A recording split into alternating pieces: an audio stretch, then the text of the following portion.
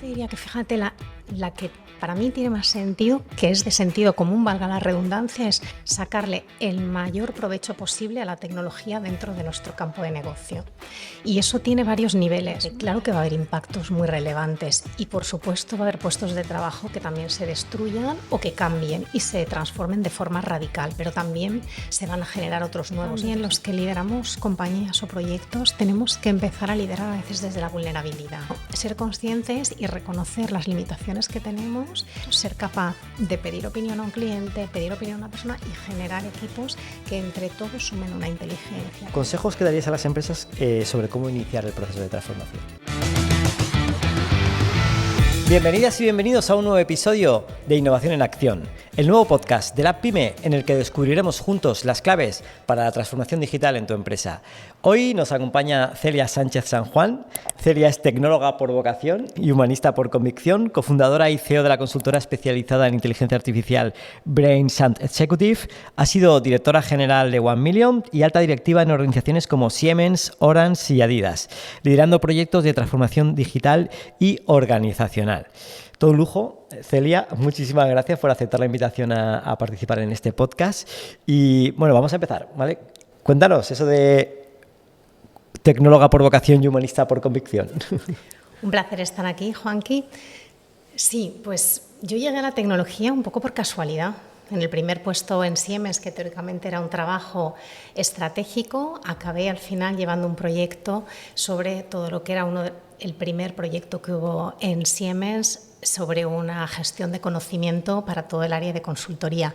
Y ahí ya me di cuenta un poco que esa conexión, ¿no? Yo que era una persona mucho más centrada en las personas, en la comunicación, esa conexión entre tecnologías y personas era el campo en el que quería moverme a nivel de desarrollo profesional. De ahí un poco eso de parte de tecnóloga por vocación, porque fui, digamos, desarrollando mi carrera en ese campo y al mismo tiempo porque siempre he estado enamorada del potencial que tenemos las personas, ¿no? ¿De formación de base? ¿Qué formación? Yo he hecho una escuela de negocio. Es decir, en ese sentido soy una tecnóloga un poco atípica porque llevo toda la vida trabajando en tecnología, pero mi formación de base no es tecnología. Y esto creo que a veces también es importante que tengamos en cuenta que hay diferentes formas de acercarse a la tecnología y tendemos mucho, ¿no?, a desde una carrera tecnológica acercarse a la empresa, y también hay una visión que es como desde el negocio y con un conocimiento del negocio saber qué tecnologías impactan y cómo implementarlas de la forma más adecuada, ¿no?, que ese ha sido mi campo. De eso vamos a hablar mucho durante todo el podcast, ¿vale? Pero, ¿cómo definirías tú la transformación digital? Porque sí que es cierto que ahora todo el mundo habla de transformación digital, y en mi opinión yo creo que es un proceso de transformación global, ¿vale? La tecnología está ahí como herramienta para ayudarnos, ¿vale? Pero al final abordar un proceso o un proyecto de transformación digital va mucho más allá de la tecnología. Pero ¿cómo lo definirías tú hoy y por qué es tan importante y clave en este momento? Es verdad que hay como muchas definiciones y yo te diría que fíjate, la que para mí tiene más sentido, que es de sentido común, valga la redundancia, es sacarle el mayor provecho posible a la tecnología dentro de nuestro campo de negocio. Y eso tiene varios niveles. Hay un nivel que es cómo optimizamos algunas tareas o cómo optimizamos algunos procesos, ¿no?, que están dentro de un área de la compañía, como puede ser marketing o ventas. Hay otra parte que es cómo utilizar la tecnología para optimizar procesos de principio a fin.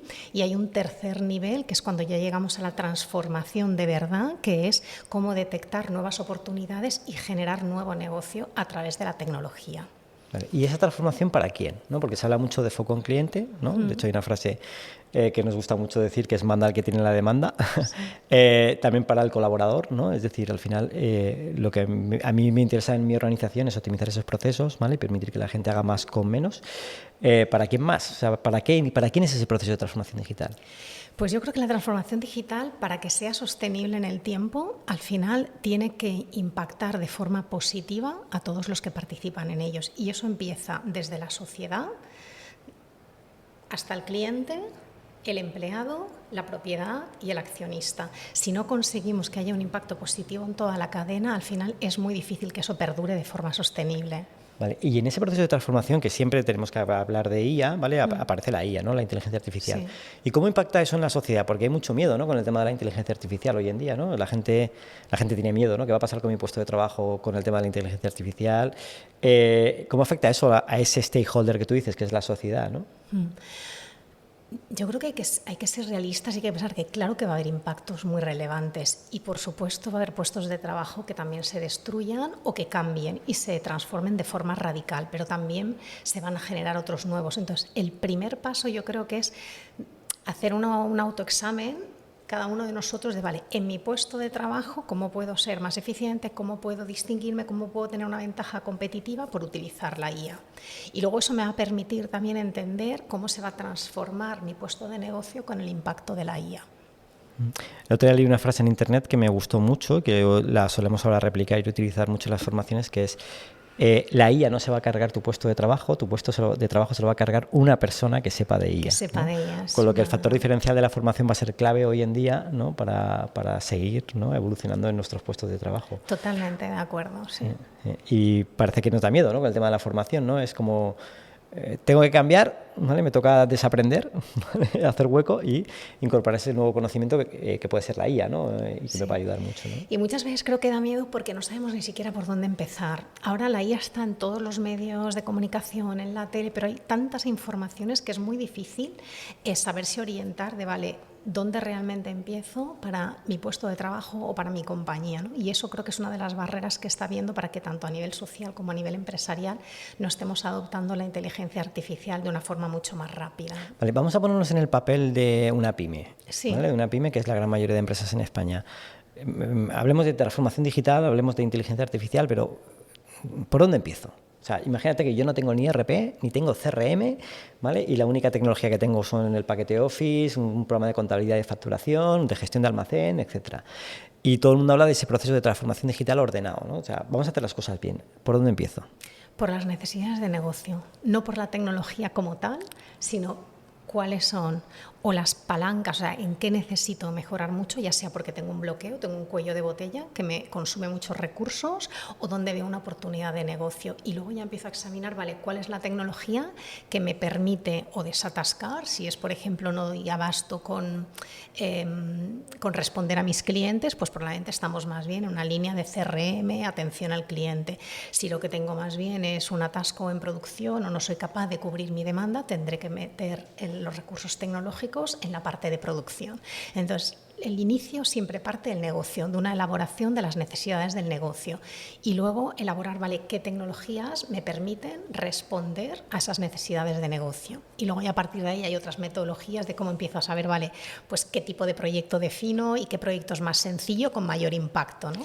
Vale, pero eso pica, ¿vale? Eso duele, ¿no? Porque al final es cuestionarte a ti mismo, ¿no? Sí que es cierto que o eres tú el que se cuestiona, es el mercado el que lo hace, ¿no? Y si lo hace el mercado te quedas fuera. Pero implica replantearte cosas, ¿no? Hacerte la pregunta de ¿qué hago hoy que no debería estar haciendo mañana, ¿no? Y eso implica, bueno, pues bucear en esos procesos internos que están perdiendo el foco del cliente o que están dejando de ser eficaces, ¿vale? Para buscar esa mejora, ¿no? Y ahí tenemos un reto, que son las personas, ¿no? ¿Qué hacemos? ¿Cómo gestionamos el cambio desde el punto de vista de las personas? A muchos niveles. Al final el cambio parte siempre de una necesidad, ¿no? Y parte siempre de tomar conciencia de que efectivamente o para sobrevivir o para seguir liderando necesitamos dejar de hacer cosas que estábamos haciendo ahora, que me ha gustado mucho esa frase. Y entonces, una vez que tenemos ya esa conciencia, entonces podemos empezar en un proceso de cambio, que no es más que en realidad la suma.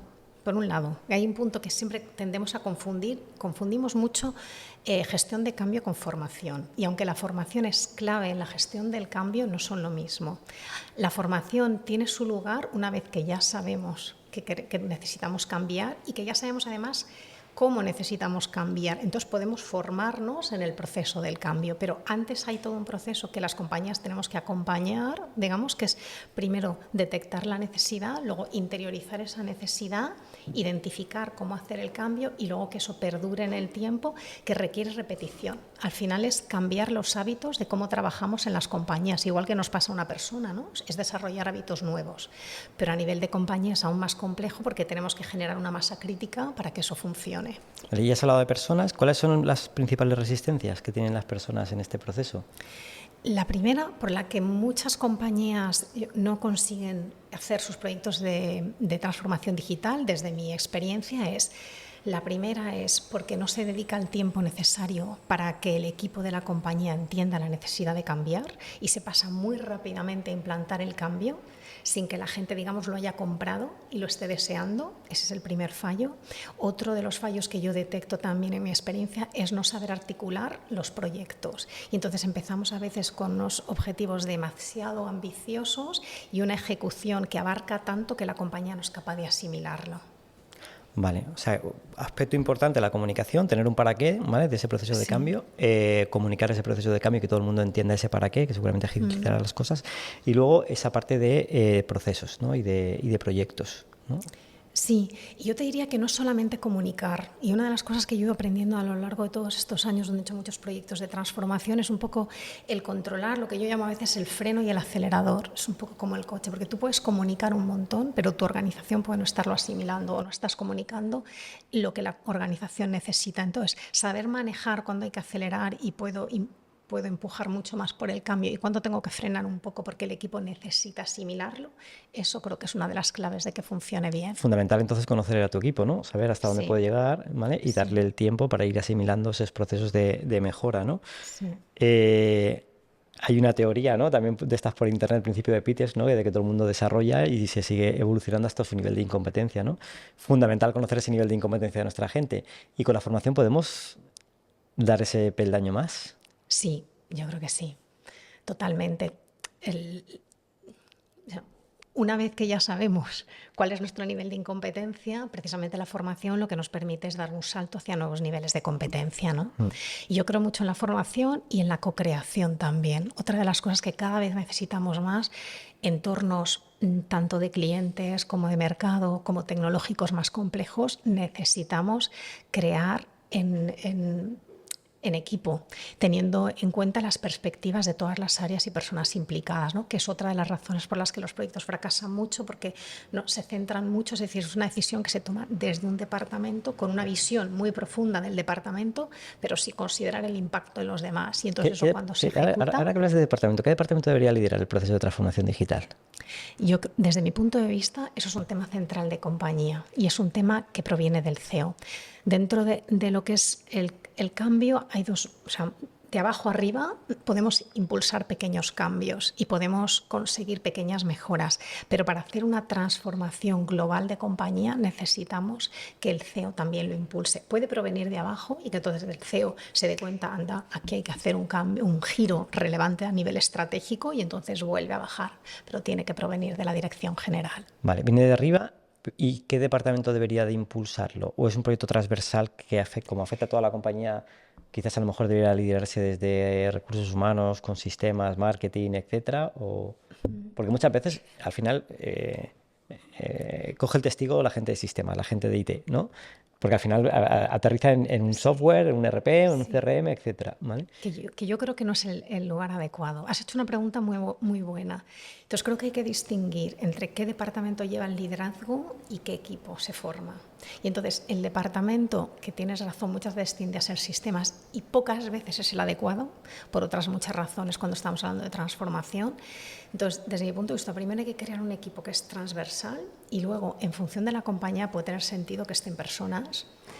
En otras compañías, si a lo mejor es un cambio donde es una compañía de retail, donde el cliente y los cambios en cliente es súper relevante, a lo mejor tiene que estar en marketing, o sea, va a provenir más del entorno de mercado y de la compañía, pero lo que es importante es que ese equipo sea transversal para que funcione. Siguiendo con la hoja de ruta, ¿vale? Tengo claro el para qué de ese proceso de transformación digital, comunico el para qué a todo el equipo, ¿vale? Monto un equipo de pilotaje transversal a toda la organización para abordar ese proceso de transformación. ¿Qué rol juegan los managers, todos los líderes dentro de la compañía en este proceso de transformación? No solo el CEO, hablo ya de segunda línea o de comité de dirección, etcétera. ¿Qué rol deberían de jugar? Fundamental. Por un lado, son el ejemplo, lo que en inglés llamamos role model, ¿no? O sea, y es parte de los stakeholders principales, es decir, el CEO puede impulsar un cambio, pero eso tiene que calar en la organización y los primeros que los tienen que adoptar y donde primero se tiene que centrar también la comunicación y que haya lo que en inglés a veces llaman ese buy-in, ¿no? El que tú compres ese proyecto y compres ese cambio organizacional, son los managers y ellos luego a su vez son conectores y son propulsores de ese cambio. Vale, sigo con la hoja de ruta, me toca redefinir procesos. a nivel de negocio, ¿no? ¿Por dónde empiezo? Vale. Y no hemos hablado de tecnología aún, ¿eh? Porque sí que es cierto, como tú decías, ¿no? Que lo primero digo, voy a implantar este RP, ¿vale? Y luego bajas hacia abajo. No, de momento no hemos hablado de tecnología. Hemos hablado de un para qué, ¿vale? De ese proceso de transformación. He montado mi equipo de pilotaje, he comunicado el proceso a toda la compañía, ¿vale? Y ahora voy a redefinir procesos. ¿Cómo hago esa redefinición de procesos? Vale, primero me gustaría hacer una distinción. El entorno de procesos que tuvo su boom más relevante en los años 90 funciona muy bien, sobre todo en entornos estables, ¿no? Si estamos hablando, pues, cómo produzco una mesa, cuando hay un entorno estable, el proceso nos permite tener una guía para que a nivel de compañía y a nivel de equipo de compañía sepamos siempre qué hacer. Eso tiene una utilidad en la empresa, pero cada vez más creo que tenemos que empezar a pensar en sistemas también. Y no sistemas tecnológicos, sino en entornos con muchos cambios y con muchas incertidumbres. Lo que hay que hacer es definir qué criterios son los que van a marcar las decisiones que tomamos, que puede ser dar hegemonía al cliente, que haya un aumento de las ventas a nivel del 20%. Y esos criterios son los que hacen que un equipo sea capaz de tomar las decisiones adecuadas, que van a ser diferentes a lo mejor este mes que dentro de 2 meses, porque el mercado va cambiando y evolucionando. Entonces, el primer paso que desde mi punto de vista tiene sentido es diferenciar dónde tengo que centrar mi negocio en procesos, porque tengo un entorno relativamente estable y eso me permite además ser muy ágil, y dónde voy a tener incertidumbres, y lo que tengo que generar es un marco de referencia que mi equipo sepa cómo reaccionar incluso cuando yo no estoy ahí para tomar las decisiones. Vale. A priori, entonces, deberíamos de definir ese proceso, ¿vale? Pero con la suficiente autonomía por parte del equipo para tomar decisiones de poder variar ese proceso. Sí, cuando hay incertidumbre, sí. Vale. ¿Y qué pasa con la escalabilidad? Que se siempre habla, ¿no? Porque siempre se habla de procesos y de proyectos a medida para clientes y es lo más escalable y lo más antirrentable de un proceso, ¿no? Cuando te saltas el proceso y pierdes esa escalabilidad, ¿vale? Dejas de ser rentable, ¿no? Sí y no. O sea, yo creo que el tener un marco de cómo tomo las decisiones me permite definir los procesos que necesito y me permite saber cuándo modificarlos. Luego, entrando en la automatización, cuando tengo un proceso puedo hacer una automatización muchísimo más sencilla, es decir, funciona por reglas, mucho más barata.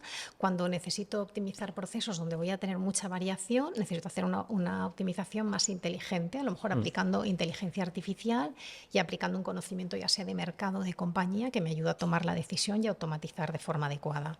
Vale. Por aterrizar el proceso, al final se hace un análisis de carga-calidad, ¿no? De qué es lo que realmente está aportando valor a alguien, ¿vale? Sea cliente interno o cliente externo, y lo que no aporta valor, eliminarlo, ¿no? Sí. ¿Vale? Y ahí es donde la IA, ¿vale? O cualquier automatización, ya no hablemos solo de inteligencia artificial, sino un automatismo, nos puede ayudar mucho para generar esa escalabilidad, ¿vale? Para buscar mayor rentabilidad, ¿vale? Incorporamos ahora el concepto de metodologías ágiles. ¿Cómo pueden precisamente las metodologías ágiles agilizar la implementación de la transformación digital? Porque sí que es cierto que todo el mundo habla mucho y muy bien de las metodologías ágiles, pero también es cierto que yo he visto organizaciones donde no han funcionado. Sí. Y yo creo que está muy conectado, fíjate, a lo que comentábamos antes. Cuando tenemos muchísima claridad sobre qué hay que hacer, mira, una planificación tradicional, primero compro la materia prima, luego se la paso a este proveedor me da esta pieza y con esta pieza hago un montaje, funciona fenomenal, que son metodologías tradicionales tipo cascada, ¿no? Dices, cuando vamos a tener incertidumbres, lanzamos, por ejemplo, un proyecto tecnológico donde aún no sabemos exactamente cómo está la tecnología. Ahí funcionan muy bien las metodologías ágiles porque lo que nos permiten precisamente es ir revisando la toma de decisiones y las prioridades con un ciclo relativamente corto, ¿no? Puede ser de una semana o un mes, dependiendo del proyecto. Para alguien que no entienda o que no sepa qué es una metodología ágil, pon un ejemplo concreto. Vale, pues una metodología ágil normalmente es cuando o no sabemos lo que va a costar un proyecto o no tenemos claro cuál es el alcance total o tenemos un presupuesto limitado y lo que hacemos es primero listamos todo lo que tenemos que hacer y luego empezamos a priorizar. Y como hay incertidumbres, yo priorizo las actividades de la próxima semana, reviso las actividades de esa semana y en función del resultado que tengo y si puedo hacer algunos test de mercado o que me demuestren si estoy en la dirección adecuada o no, vuelvo a priorizar y vuelvo a planificar. Es decir, es una secuencia de trabajo que va más a en ciclos cortos de trabajo. Pero eso implica... Espero que se haya entendido. Sí, pero implica quizás una ralentización en la toma de decisiones, ¿no? Porque hay que estar constantemente validando el modelo, ¿no? Y para poner en marcha el siguiente proceso, ¿no? ¿O no? Sí, hay más que un proceso, necesito tener un marco, decir, vale, ¿qué es lo que quiero? Quiero aumentar la rentabilidad de mi cliente, eso es lo que guía mis decisiones en el proyecto.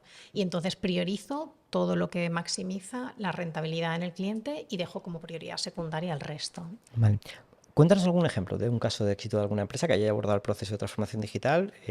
Sí puede ser con metodologías ágiles o con metodologías tradicionales, pero cuéntanos algún ejemplo para que los que nos están escuchando, ¿vale?, puedan visualizar cómo aplicarlo en su empresa y sobre todo inspirarse en otros ejemplos. Vale, pues voy a contar un par de ejemplos diferentes. Uno de ellos, por ejemplo, en Adidas, donde yo trabajé, que hicimos un proyecto que era en este caso la revisión de todo lo que era la gestión del talento externo de la compañía. Y esto empezó con un pequeño piloto que se hizo en el área de IT, donde IT a nivel internacional a veces es muy complejo porque tienes requerimientos legales diferentes en cuanto a las duraciones del contrato. Entonces seguir, digamos, todos esos freelance requería complejidad. Hicimos este pequeño piloto que funcionó muy bien y entonces con este pequeño piloto de un área pequeña de IT, hicimos todo el área de IT. Esto en un momento determinado subió a dirección general, al board de Adidas a nivel global, y se dieron cuenta que si utilizábamos la misma metodología pero a nivel global de compañía, esto tendría un impacto brutal. Y esto acabó convirtiéndose en una de las 10 iniciativas estratégicas de Adidas a nivel global, con un impacto, digamos, en el negocio de 1 billón de euros americanos, es decir, 1.000 millones de euros. Esto es un ejemplo de un proyecto de abajo que llega arriba y de arriba se vuelve a convertir en estratégica. Otra empresa, por ejemplo, que yo creo que está haciendo muy bien las cosas es Actiu, donde han definido unos proyectos tractores de compañía y en la gestión de proyectos, de esos proyectos tractores, están introduciendo o han introducido una metodología ágil que han empezado adaptando esa metodología a las necesidades del equipo y ahora formando en más profundidad a su equipo para llevar la consecución. Y aquí se incluyen proyectos que pueden ser como desde el lanzamiento de un nuevo producto hasta proyectos de cómo implantar la inteligencia artificial en determinados sectores. Otras empresas que suelen trabajar con metodologías ágiles, empresas tecnológicas, ¿no?, como es el caso de 1 Million Bot, donde yo provengo, donde tú al principio tienes una idea de qué tipo de productos quieres ofrecer y tú lo que haces es hacer un listado de todo lo que ese producto tiene que tener y defines lo que consideras que es más prioritario y tus clientes van a apreciar más. Empiezas desarrollando eso, lo lanzas al mercado enseguida y conforme los clientes te van demandando otras actividades, tú vas repriorizando lo que tenías previsto. Y de esta forma consigues que el producto que tú lleves al mercado estés invirtiendo la mayor parte del dinero y del esfuerzo en lo que el cliente valora más. Vale, voy a intentar entender, ¿vale? En un mundo cambiante en el que estamos, donde la velocidad en la toma de decisiones y de cambiar incluso, ¿no?, el modelo de negocio es fundamental, necesito abordar ese proceso de transformación digital sí o sí, ¿vale?, para ganar en competitividad, aportar mayor valor a mi cliente, a mi colaborador interno, ser más rentable, etcétera, ¿vale? Me obliga incluso a replantear modelo de negocio, porque como hablábamos antes, o eres tú el que se cuestiona, es el mercado el que lo hace, ¿vale? Éxitos pasados no garantizan éxitos futuros, con lo que implica un poco un replanteamiento a nivel cultural de tipo de empresa, ¿no? Es decir, tengo que empezar a funcionar como una startup, porque al final una startup es lo que hace, ¿no? El producto mínimo viable, lo lanzo al mercado, testo, funciona, sigo adelante, voy replanteando, etcétera. ¿Cómo puede una organización muy grande, empezar a funcionar como una startup? Porque Con núcleos. Es un cambio Normalmente en las empresas grandes tendemos mucho como a pensar a nivel funcional, ¿no? Y le damos mucha relevancia a las áreas que las siguen teniendo. Pero ahí se trata más bien de definir casos de uso, de oye, pues yo tengo un problema siempre con el stock de materia prima y entonces defines un pequeño equipo que trabaja en esa problemática y reúnes a personas diferentes de la compañía que van a tener un impacto, pues alguien de logística, alguien de producción, alguien de ventas y alguien de marketing, y esas personas empiezan a plantear soluciones. ¿Cómo reduzco mi stock de materias primas? Y esa solución, claro, como está, digamos, definida entre las personas que participan en esa cadena de valor, normalmente suele ser más completa y empiezas a probarla haciendo un pequeño desarrollo y dices, pues sí, es que eso funciona o no, que no tiene por qué ser técnico, puede ser el cambio de un proceso, pero lo haces en un trocito pequeño de la cadena.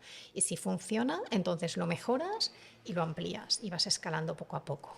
eso sobre el papel está muy bien, ¿vale? Pero luego llega a la hora de aplicar eso, ¿vale? Cuando no salimos del día a día, hay una frase que nos gusta mucho de internet también de vamos a toda hostia haciendo nada, ¿vale? Entonces, ¿cómo convive eso con el día a día, con sacar los pedidos, con sacar los proyectos, con tener que facturar, con la necesidad de ganar dinero, ¿vale? Pero al mismo tiempo tengo que poner a la gente a pensar, a repensar. Y luego choca también, y sé que te estoy haciendo varias preguntas al mismo tiempo, con ese restrictor a nivel cultural que tenemos en España, ¿no? Con el tema de las personas, ¿no?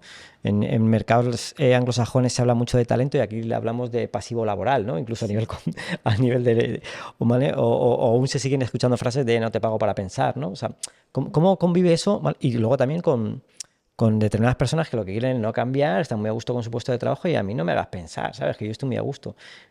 Yo soy un CEO y quiero cambiar, ¿vale? ¿Qué hago? ¿Cómo gestiono eso? Has tocado temas muy importantes. ¿Cómo gestiono el día a día? Sí. Buscar la rentabilidad del día a día para poder seguir facturando y ganar dinero, con la necesidad de evolucionar, ¿vale?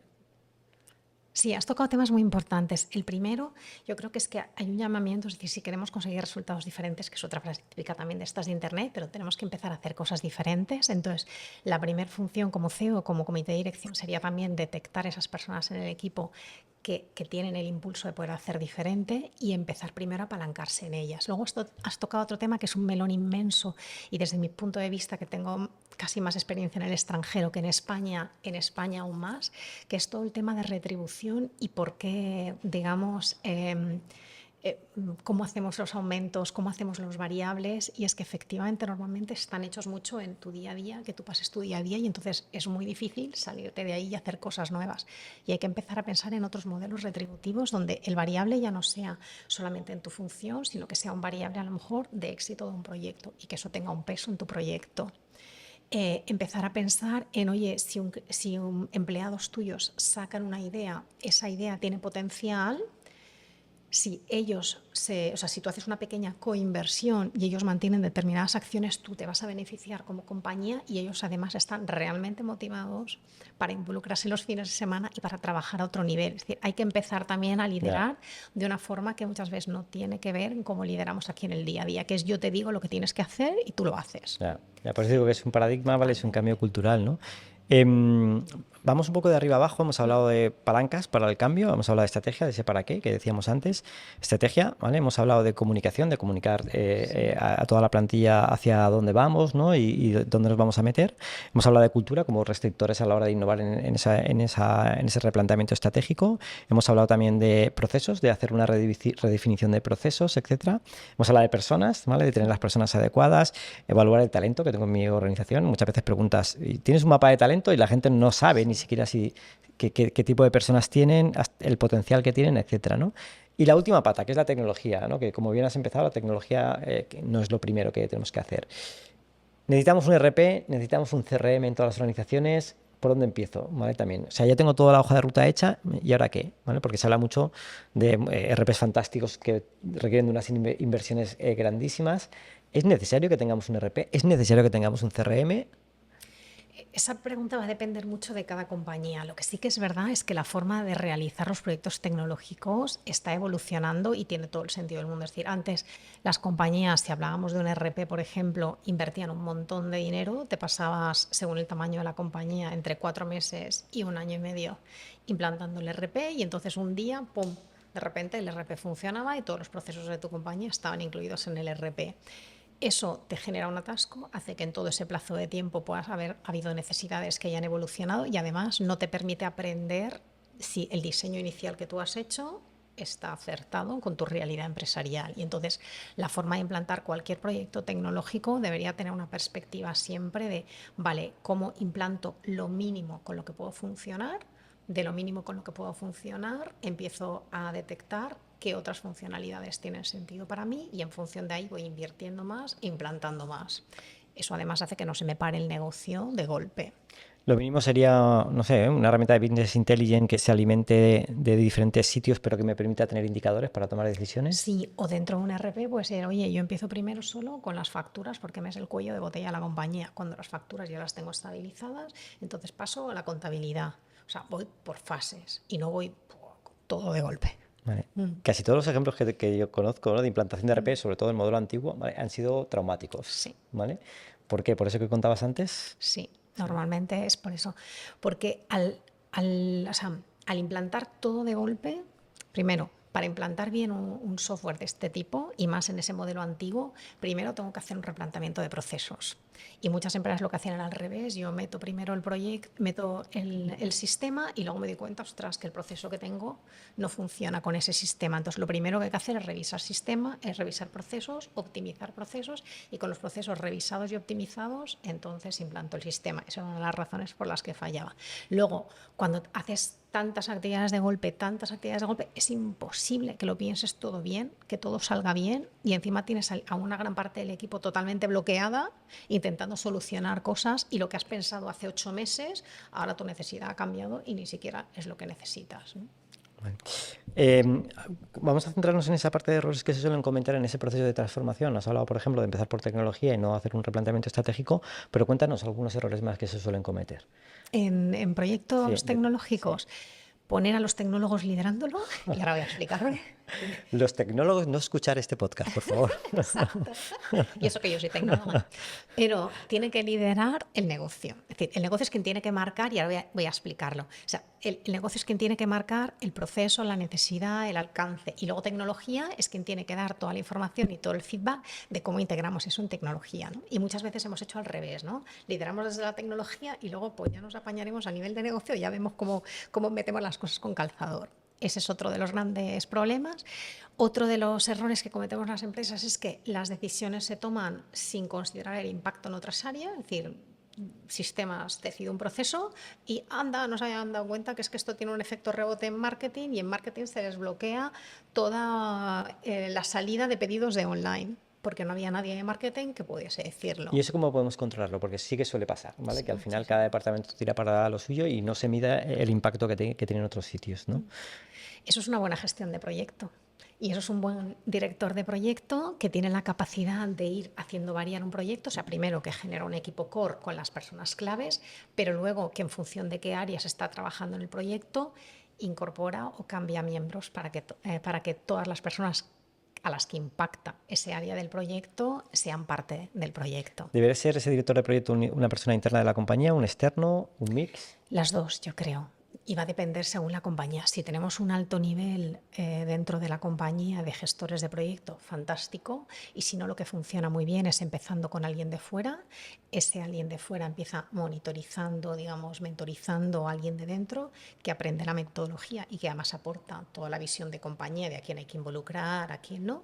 Y luego ya hay un traspaso hacia la persona de dentro. Yo creo mucho en estos equipos mixtos. Y esto me lleva, te voy a hacer un pequeño paréntesis, a otro tema del que no hemos hablado, que a mí me parece que es muy importante y que tenemos que impulsar en España porque estamos más retrasados, que es dejar de pensar que el talento es mi equipo, mi compañía. Tenemos que empezar a generar equipos de talento mixto que combinan talento interno de mi compañía con talento externo, que tengo ubicado y que involucro según las necesidades del proyecto, y generar pequeñitos ecosistemas que a veces son autónomos, otras veces son empresas como puede ser Acquora, es decir, donde yo genero equipos mixtos, y eso permite que la gente de mi empresa se centre en el negocio y el conocimiento de mi empresa, y esta gente de fuera nos aporte lo nuevo que hay en los temas que tengan que ver, ya sea con formación, con consultoría, con tecnología. Eso me gusta, Celia. Pero ¿cómo lo puedo aplicar yo siendo una pyme? Porque sí que hemos visto ejemplos de hackatones hechos en grandes compañías, etcétera, ¿vale? Pero yo como pyme, ¿qué podría hacer en ese sentido? Dame un ejemplo concreto. Soy una pyme de Alicante, tengo 50 empleados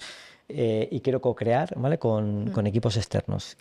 Lo mismo, partir de qué necesidades tengo de negocio, y de las necesidades de negocio, oye, si una de ellas es aumentar la captación de clientes, está claro que necesito un área de marketing potente. Tengo ese mapa de capacidades que tú has dicho, ¿lo tengo plenamente internamente? No, ¿vale? ¿Qué tipo de perfiles o qué tipo de pequeñas compañías adecuadas a mi tamaño de 50 empleados? No me voy a ir a una de las mayores agencias de comunicación de España, necesito incorporar. Y eso significa empezar a relacionarse con ellas, no solo desde, venga, te quiero contratar un servicio, sino me siento contigo de vez en cuando, te cuento lo que estoy haciendo, te cuento mis retos, bajo un acuerdo claro de confidencialidad. El otro te da ideas y genera proyectos a partir de ahí. Es otra forma de relacionarnos desde fuera, ya no como proveedor, sino como aliado. ¿Puedo involucrar también a clientes y proveedores? Totalmente. Sí, sí, y yo eso, por ejemplo, lo he hecho muchísimo anteriormente. Mira, en Adidas, este proyecto que te dije que nació pequeñito, ¿no? De optimizar cómo se contrataban los externos, yo conseguí convencer a un proveedor para hacer el primer piloto gratuito. Y por supuesto, sin este proveedor yo no habría tenido la visibilidad de todo lo que estaba pasando en el mundo de lo que se llama Total Talent Management, que proviene de Estados Unidos. Y si yo no me hubiese reunido con él un montón de veces, le hubiese dado visibilidad al negocio, él no me habría podido ayudar a definir este proyecto que luego pudimos subir a dirección. Esto era un ejemplo con un proveedor. Pero eso choca de nuevo con la mentalidad en España, ¿no? Por ejemplo, involucrar a tu cliente en la mejora de tu producto o servicio, ¿no? Si ya de por sí te da miedo preguntar sobre la calidad de tu servicio, ¿no? Por si acaso te dice que lo estás haciendo mal, no sea que te permita mejorar, ¿eh? Y todo, ¿no? ¿Vale? Pero nos ha pasado muchas veces que trabajando con clientes hemos preguntado, bueno, ¿y encuestas de satisfacción con el cliente? ¿El NPS de cliente que tienes? Y no hay. No hay encuesta de satisfacción, no hago NPS, ¿vale? No porque me da miedo preguntar, ¿no? ¿Cómo choca eso a nivel cultural en España cuando tienes que involucrar a tu cliente en la mejora de tus productos o servicios, ¿no? Seguro que choca muchísimo, pero al final también es una decisión. Es decir, si quieres liderar un mercado, quieres aumentar tu cuota de mercado, tienes que estar dispuesto a pagar un precio de que a veces te pongan colorado y que te vuelvas a casa con un nudo en el estómago diciendo lo estoy haciendo fatal. Eso Pero hace es la pupa. única, sí, hace pupa, pero es la única forma Sí, de sí. salir de ahí, ¿no? Sí, sobre todo porque en marketing y en atención al cliente siempre se hablaba de una queja es un regalo, ¿no? Porque te permite mejorar, ¿no? Si lo haces de manera proactiva, seguramente. Entonces, yo creo que es fundamental incluso involucrar en ese proceso de transformación digital en toda la cadena de valor, ¿vale? A tu proveedor, ¿vale? Y ver de qué manera lo puedo integrar, ¿vale? Y luego a tu cliente, ¿no? Sí. O Para algo que no. funciona muy bien, por ejemplo, con clientes es generar, digamos, grupos de testeo o grupos beta que llaman a veces, o generar lista de espera, o sea, tú dices, oye, yo voy a lanzar esto, quién quiere participar? Y la gente se apunta y por un lado te permite entender, pues este servicio que quiero lanzar tiene buena pinta, si me han escrito 100 personas, tiene buena pinta, si me han escrito 2, pues a lo mejor no es tan necesario. Y luego escoger desde esas personas algunos con los que tú testeas tu producto, testeas tu servicio.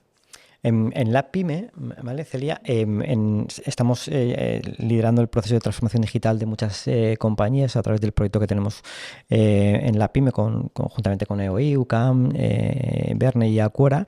Y hay una dinámica que funciona muy bien siempre con los alumnos que es qué tecnologías emergentes, ¿vale? Van a aparecer en los próximos años y cómo los vas a poder incorporar tú en tu modelo de negocio para hacerlo más escalable, más rentable.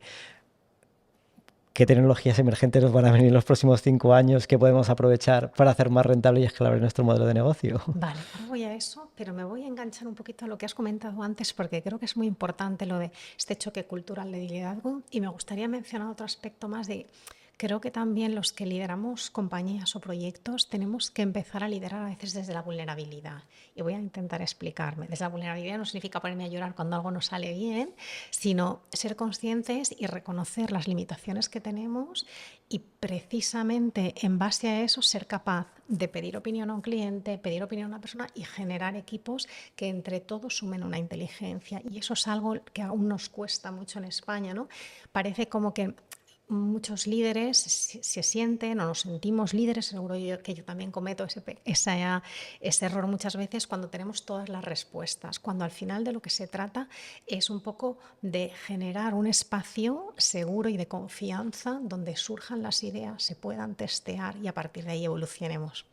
Y ahora ya me vuelvo. No, perfecto, perfecto. Una línea muy clara, ¿vale? De trabajar la vulnerabilidad sin irnos al drama. Sí, exacto, por eso. Eso no se trata de quejarnos, o sea, hay que ser resilientes, sino se trata de aceptarnos, ¿no? Y de generar espacios de trabajo. Y ahora ya vuelvo a las tecnologías. ¿Qué tecnologías van a tener más impacto? Desde mi perspectiva, va a ser mucho una hibridación. Las dos tecnologías más predominantes van a ser inteligencia artificial y todo el campo de spatial computing. Ahí hay varios impactos muy importantes que surgen a nivel social. Por un lado es la forma de interaccionar con la tecnología. Ya hemos tenido un cambio grandísimo, ¿no? Desde la programación tradicional al prompting, que ya es interaccionamos con la tecnología a través del lenguaje natural.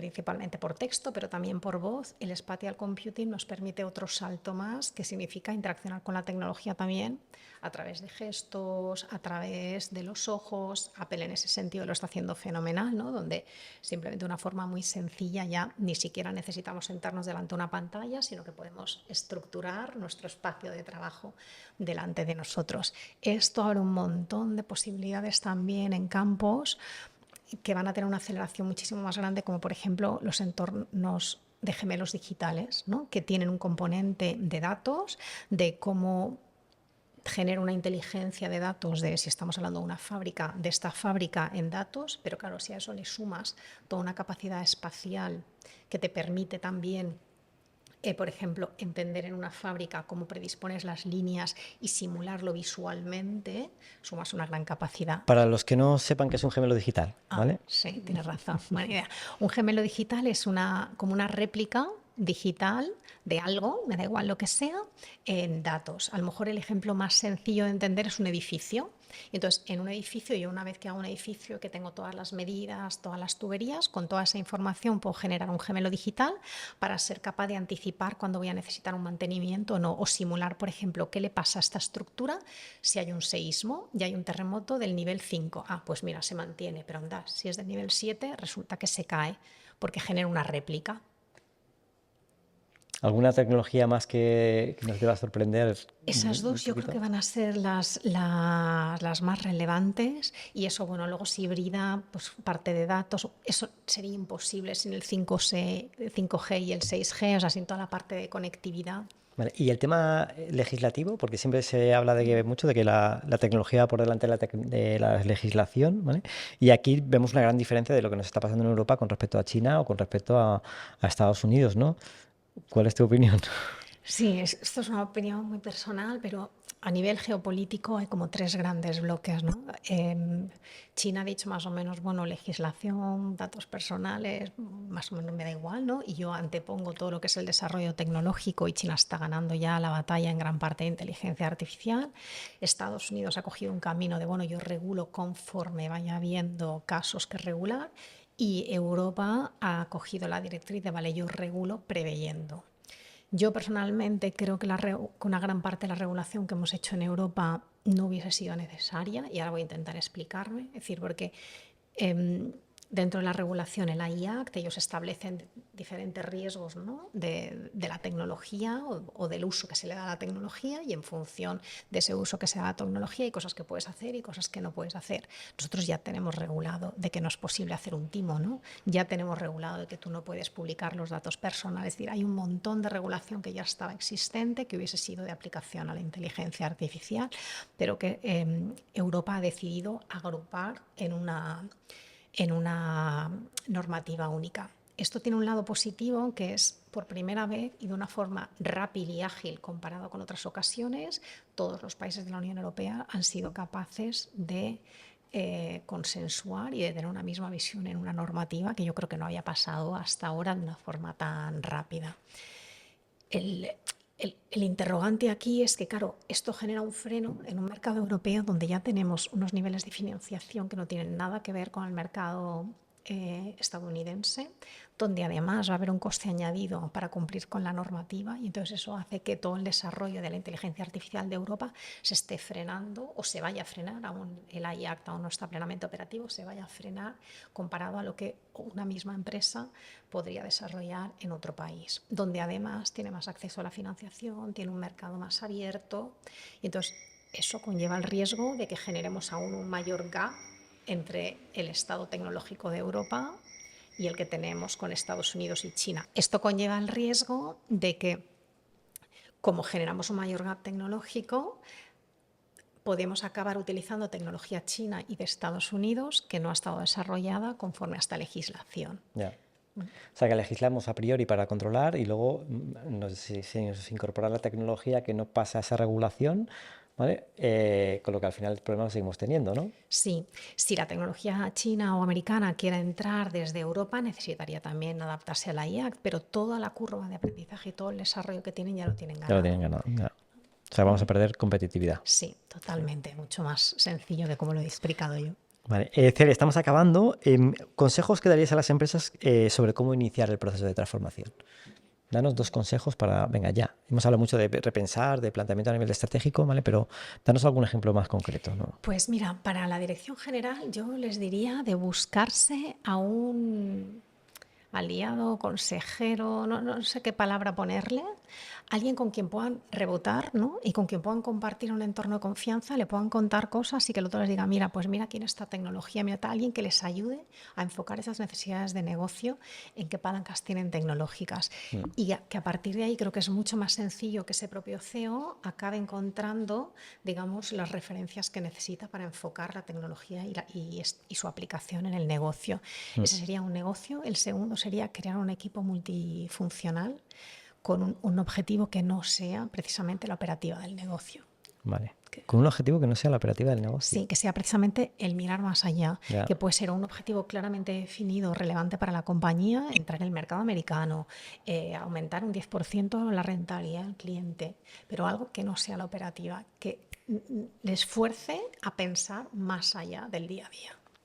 Difícil, ¿no? Cuando estamos muy orientados a la tarea, ¿no? Y poco a la estrategia. Pero Sí, sí que es cierto que hacer ese ejercicio de repensar en un futuro cómo me voy a ver, cómo me voy a afectar, ¿vale? Me puede hacer seguramente ganar una ventaja competitiva con respecto a mis competidores, ¿no? sí, para eso muchas veces también ayuda desubicar este espacio y llevártelo en otro entorno donde se da esa Sí. creación. Yo he utilizado mucho también lo utilicé, por ejemplo, en Adidas o en Siemens, hacer intercambios, ¿no? De dices, vale, llevo una persona de mi equipo, se la llevo a un cliente una temporada y me traigo a alguien del cliente a mi empresa, o un Ya. proveedor o algo. Entonces te permite entender la perspectiva del otro y genera unas conexiones que muchas veces de ahí salen proyectos de Muy buena idea. desarrollo y más La de verdad es que sí. común. Al final es poner a la gente a pensar, ¿no? Investigar es invertir dinero para atraer talento, innovar es invertir talento para atraer dinero, ¿no? Al final es poner a la Sí. gente a pensar. Bueno, cuéntanos primero qué estás haciendo ahora, ¿vale? Para que la gente conozca un poquito más en qué proyectos estás ahora Vale, eh, pues ubicada y desarrollando. Pues muy recientemente y precisamente por peticiones de clientes y empresas con las que habíamos colaborado, conjuntamente con Andrés Pedreño, con quien ya llevo años trabajando, y con Enrique Peláez, creamos una pequeña consultora para asesorar en inteligencia artificial y dar formaciones, que surgió de una forma casi orgánica porque era lo que algunas empresas nos estaban demandando. Y bueno, dentro de este paraguas también estoy colaborando con Actiu, que tienen un plan de transformación, bueno, yo creo que ejemplar en estos momentos y con una visión muy clara de dónde quieren estar en el futuro y cómo ya no solo la tecnología, sino el entorno social en el que estamos está cambiando la forma en la que trabajamos. Y bueno, y al mismo tiempo estoy participando en algunos otros pequeños proyectos que me parecen apasionantes y donde creo que la inteligencia artificial va a tener un impacto a nivel de sociedad. Qué bien. Eso en la parte profesional y en la parte personal, ¿vale? Porque cuéntanos algún hobby, algo más personal de Celia. Bueno, pues tú ya lo sabes, pero a mí me gusta mucho el yoga y hago bastante yoga. Pues cuando puedo hago Bikram yoga, que es un yoga a 40 grados, otras veces hago Ashtanga, que es otro tipo de yoga, y creo que es una de las cosas que muchas veces en sociedad tenemos que retomar y también en la compañía, tú lo hablabas antes, ¿no? Que es difícil ponerse a pensar cuando estás en el día a día, hay que generar espacios, no sé llamarlos de reflexión, pero espacios un poco de silencio, donde en el silencio es donde también hay determinadas cosas que de alguna forma se van asimilando y que van dando forma y necesitamos generar esos espacios y yo, bueno, pues el yoga y la naturaleza que me encanta y que salgo todo lo que pueda a la naturaleza con mis hijas, es una forma de generar esos espacios. Desconectar para conectar, ¿no? Exacto. Cuéntanos un viaje que hayas tenido y el viaje que te queda por hacer. Vale, pues mira, te voy a contar dos. Uno que tuve hace ya bastante tiempo, estuve en Togo y estuve en Togo de voluntariado en una zona rural.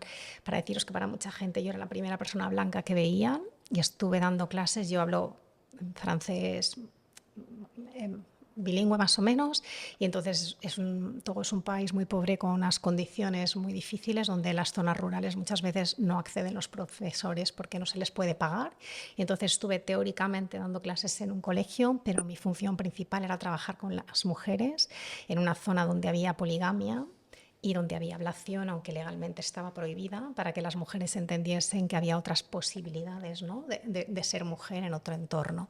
Ese es un viaje que me marcó y yo creo que me aportó a mí mucho más de lo que yo aporté seguramente en la zona en la que yo estuve y con quien sigo manteniendo contacto. Y luego otro viaje que he hecho hace poco fui a Cabo Verde con mis hijas, precisamente en entornos de naturaleza aún casi muy despoblados, ¿no? Que estuvimos con tortugas y yo nadando con ellas, con algunos tiburones que no eran peligrosos y que también, bueno, a nivel de naturaleza y desconexión me ha parecido maravilloso.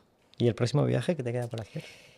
Pues tengo otro que me gustaría mucho hacer desde hace unos años, pero por condiciones del país no he podido. Yo acogí hace mucho tiempo, mucho tiempo antes de que naciesen mis hijas, a una niña de Etiopía, de un orfanato que se llama Radia, con quien sigo en contacto, y yo quería llevar a mis hijas al orfanato para que estuviésemos un verano ayudando. Es un orfanato muy sencillo que montó una monjita que se llama Nieves con una familia, y que entre ellos, digamos, casi son autosostenibles, pero ahora las condiciones económicas, más que económicas, las condiciones de seguridad y sociales del país no son lo suficientemente seguras como para que fuese. Entonces es algo que sigo teniendo ahí y que en algún momento iré con mis hijas. Qué bueno, Celia, todos tenemos ese punto, ¿no? de necesidad de contribución, ¿no? Y de volver al planeta, ¿no? Parte de lo que nos ha dado, ¿no? Y para ti la educación es fundamental. Yo te he visto interactuar con tus hijas, ¿no? Y para ti es fundamental, ¿no? Hay una frase que el otro día escuché que decía, ojo con el planeta que dejamos a nuestros hijos, pero también ojo con los hijos que dejamos al planeta, ¿no? Sí, qué buena, ¿Vale? sí es. Con lo importante que es empezar a trabajar en origen, sobre todo en temas y retos de transformación digital, de inteligencia artificial con los niños, ¿vale? Porque luego pasa lo que pasa, ¿no? Con todo este tema de las redes sociales, Eso es un etcétera. proyecto que tendría y llevo tiempo dándole vueltas, y en algún momento saldrá a hacer algo específico para niños, para Sí. que ellos empiecen a entender el impacto y empiecen a ver la tecnología no solo como consumidores, y hay muchas cosas, ¿no? Pero sino desde otra perspectiva, porque efectivamente ellos desarrollarán la inteligencia artificial del futuro, Ya. y lo que desarrollen será lo que haga que sea más o menos positiva para el mundo, ¿no? Y como siempre, Celia, tenemos un apartado especial en el que interviene parte del equipo, ¿vale? De la PyME, en el que te va a hacer alguna pregunta. Así que, Luis, cuando quieras. Hola, Celia, ¿qué Cuenta. tal? Te quería preguntar dos anécdotas muy cortitas, si tienes alguna. La primera, me gustaría saber un poquito más sobre algún error o típicos errores que se suelen hacer a la hora de cometer una transformación digital en una empresa. No sé si has vivido algún tipo de problema de este estilo. Sí, errores he vivido muchos y he cometido muchos yo también. Probablemente lo difícil es escoger cuál, pero sí que diría que el denominador común, y lo había mencionado antes, es el no saber manejar ese freno y ese acelerador de los cambios. Desde ya ha sido un aprendizaje el estar mucho más pendiente de, vale, qué capacidad estoy generando de seguimiento del equipo, y voy generando masa crítica, y en función de eso empujar más o empujar menos, ¿no? Y esto a lo mejor lo aprendí sobre todo en el primer proyecto en Siemens, donde implantamos la gestión del conocimiento, o un área de consultoría para los grandes bancos de inversión, donde muchos de los consultores consideraban que su conocimiento era suyo y era parte de su valor como profesionales. Entonces, conseguir que esas personas estuviesen dispuestas a compartir este conocimiento, a meterlo en una base de conocimiento para todo el mundo, me hizo darme cuenta que esto solo era posible cuando generas esa confianza, donde ellos ven que además de aportar, reciben también un gran valor. Y entonces eso es ese pedal, ¿no?, que os decía antes, un poco del freno y del acelerador a manejar. Muchas gracias. Y la segunda anécdota que me gustaría que nos contaras, si has tenido algún caso de resistencia al cambio dentro de alguna organización de empleados que no están acostumbrados a relacionarse con nuevas tecnologías, algo por el estilo. Sí, yo creo que las tenemos todas y, vamos, mentiría si dijese que no. Entonces, yo tengo siempre en mente mucho todo lo que es la gestión de stakeholder, ¿no? Hay una matriz como bastante básica que tengo casi siempre en la cabeza, que es la gente que tiene un impacto de decisión en el proyecto y que además es partidaria del proyecto.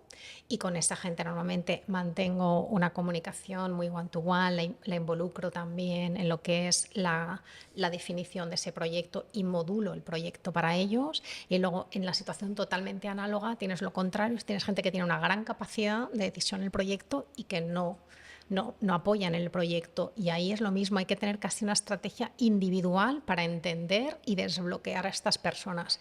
Y en algunos casos, si estas personas no pasan a apoyar el proyecto, no es el momento de ese proyecto, porque ese proyecto va a estar condenado al fracaso. Y luego hay otros dos grupos. Uno es, vale, la gente que no tiene no tiene impacto, pero apoya el proyecto. Esto es lo que te va generando la masa crítica. Es la gente que se suma al proyecto y donde es más bien una comunicación de contar lo que haces, involucrarles, ir generando esa masa crítica, que es luego la que permite que la compañía haga el giro, el punto de inflexión y se dé el cambio cultural.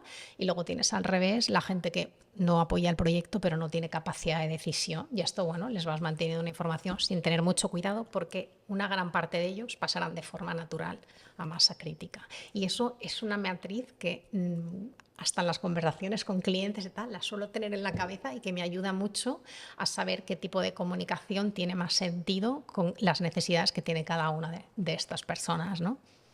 ¿Y cómo gestionas las expectativas? Porque llega el momento en el que estás en la toma de decisiones del go o no go, ¿no? Del salir o no salir con esa gestión de proyecto, y te das cuenta de que la empresa no está preparada aún, pero has movilizado mucho recurso y has generado expectativas. ¿Cómo gestionas eso?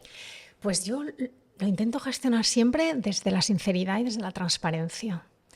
E intento también explicar desde el principio que este tipo de proyectos tiene baches. Hay gente que se va de la compañía porque no se siente identificada y es un precio que tenemos que estar dispuestos también a pagar. Hay gente que se sube al carro con mucho entusiasmo, hay otra que no. Entonces intento ir siempre desde la transparencia y en cuanto antes, o sea, en el momento en el que voy notando dificultades, resistencias, en cuanto antes dar visibilidad. Siempre luego con una propuesta de, vale, ¿cómo tratamos esta situación? ¿No? Y también ser muy honesta algunas veces, decir, vale, no es el momento de abordar este proyecto.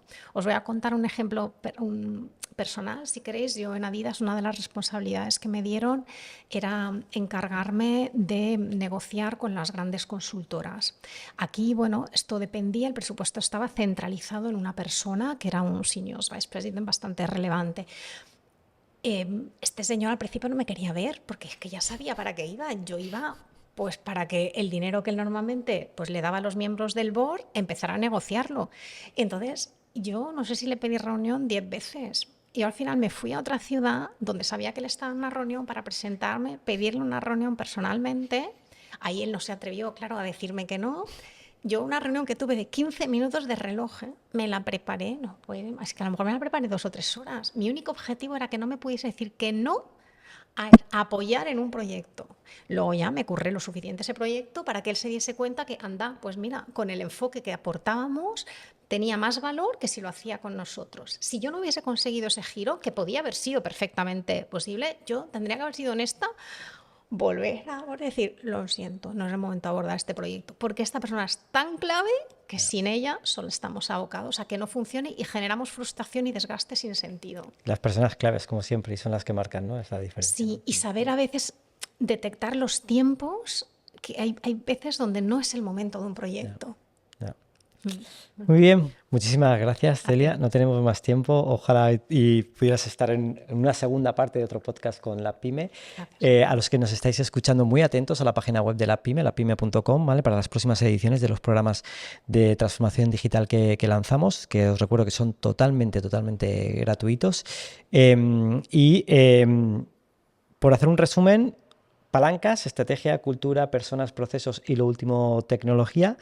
El verdadero reto de la transformación digital en las personas, ¿no? La tecnología es un aliado. Formación, ¿vale? Importante invertir en formación con nuestra gente y sobre todo repensar, ¿no? Repensar ese futuro que ya está aquí, ¿vale? Y que te va a tocar ponerte ya en marcha, ¿vale? Porque eres tú el que se cuestiona, es el mercado el que lo hace. Sí. Muchísimas gracias, Celia. Gracias ha sido un placer tenerte. Y a todos los que nos estáis escuchando, recordad que el próximo mes tendremos un nuevo episodio de Innovación en Acción del podcast de La Pyme.